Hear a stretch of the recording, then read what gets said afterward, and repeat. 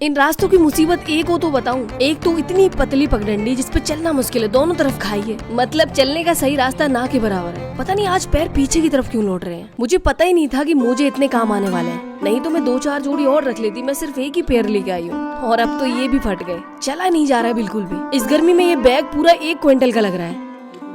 ये पहाड़ी पार करनी है सामने वाली।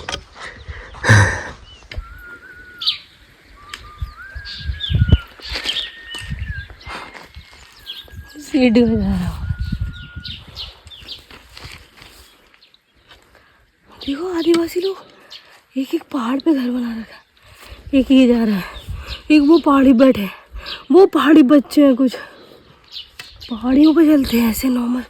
यहाँ हमारी हालत खराब हो रही है। देख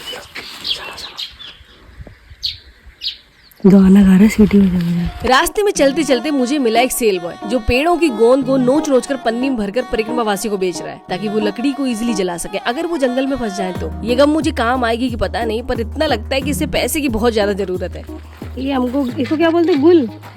इसको लकड़ी में लगाएगा तो आग लगेगा। जला के देख लो, जला के देख लो। आगे जलाएंगे, हम ले जा रहे हैं, ठीक है।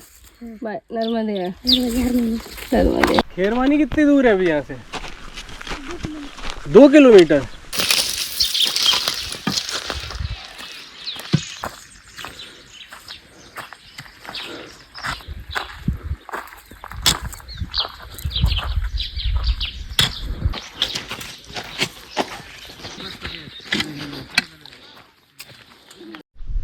ऑलमोस्ट टॉप पे पहुंच गए। ये रहा देखो, क्या पहाड़ी है सामने।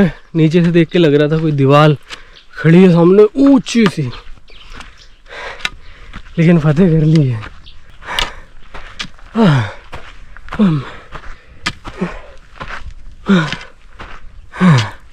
फिर यहाँ से चलना है, वहाँ पे चढ़ना है।